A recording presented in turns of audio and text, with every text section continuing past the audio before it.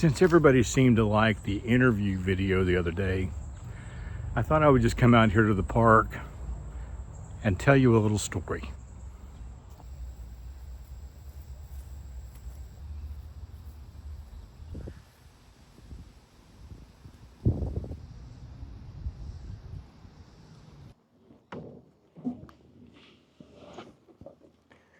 I had a lot of people ask me, it came up again in an interview I did the other day, how are you so comfortable in front of the camera? And I don't know, I suppose it's a number of things.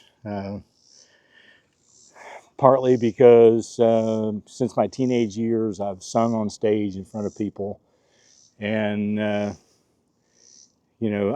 was attempting to preach when I was young. But I think one of the things that really kind of solidified it is that in 1976, I went to what was then Lee College. And I spent 2 years there. And one of those, I think it was my second year, I had a class, biblical theology, some type of class along those lines. I don't remember which one. And I had a TA, a teaching assistant by the name of Robert Heron. And Robert would come in on days when the instructor couldn't be there, or he would come in to administer tests, so the instructor didn't have to be there. But he was just a genuinely nice guy, and I really liked Robert. At the end of my second year, my life events changed, and I went back home to Arkansas. And I got married, I had a family.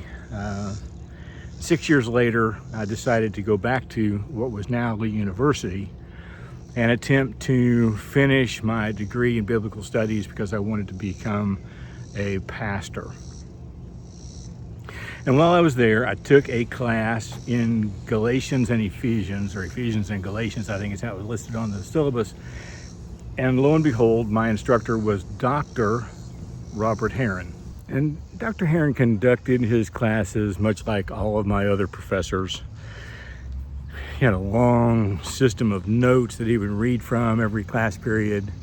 Our job was to write as frantically as we could, to try to capture everything.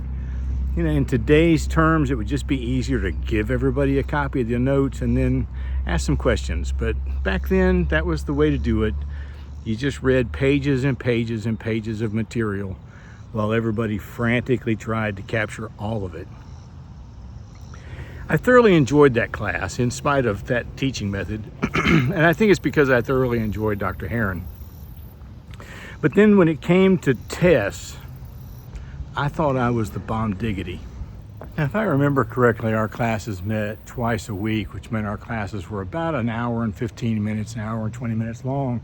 And when it came time to test, Dr. Heron gave only essay questions. And he would put maybe 6 questions on the board, very detailed questions. The question would be a paragraph.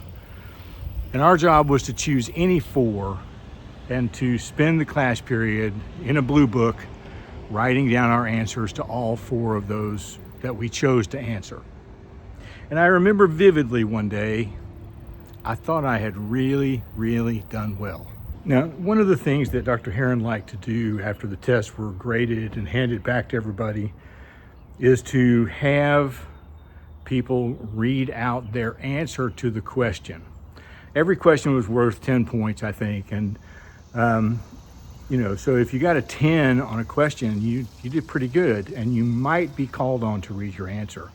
And on this particular test, indeed, I was called upon to read my answer. So I did. I read my answer. It's quite lengthy, as I recall. And I felt pretty proud of myself. And then Dr. Heron said, "Class, the reason I have called on Mr. Childers to read his answer is because that it is absolutely 100% wrong." But, he said, he argued his point so well that I decided to give him full marks. And then he called on someone else to read the real answer. So when people ask me, why do you think you're so comfortable in front of a camera? I guess it's because I've been shooting the bull for a long, long time. I can talk about anything, anytime, anywhere, whether I know anything about it or not. That's my story, and I'm sticking with it.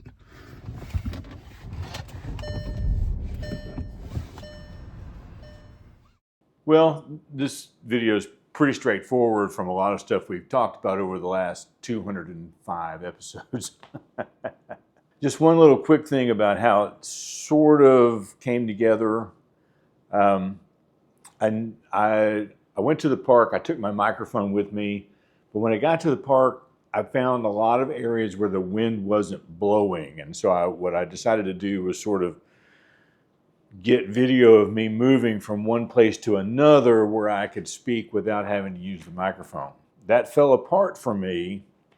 There's one scene where I'm walking toward the red barn, and then you see me walking out the other side of the red barn. My intention was there's a little place there with a picnic table there, and my intention was to go there at the red barn and make that next section, but there was somebody in there having lunch. So I decided to move across the walkway to another picnic table under a tree. Two things were working against me there. One, the wind was blowing, and I knew that that was going to be a problem without the microphone. And secondly, sort of behind me to my right was a family barbecuing, and they were kind of loud, and I was turned away from them. So in that one scene at the picnic table, I'm using my microphone, and it sounds totally different than the rest of the video. It sounds a little muffled because of the way that I'm sitting, with my arms kind of folded and ducking my head in. And it was too late to go back and do anything about that. But other than that, I was pretty pleased with sort of how all the cuts came about, and pleased with how the audio sounded without the microphone. So you can let me know and by the way, the story is true. You can let me know what you think in the comments, and we'll see you tomorrow.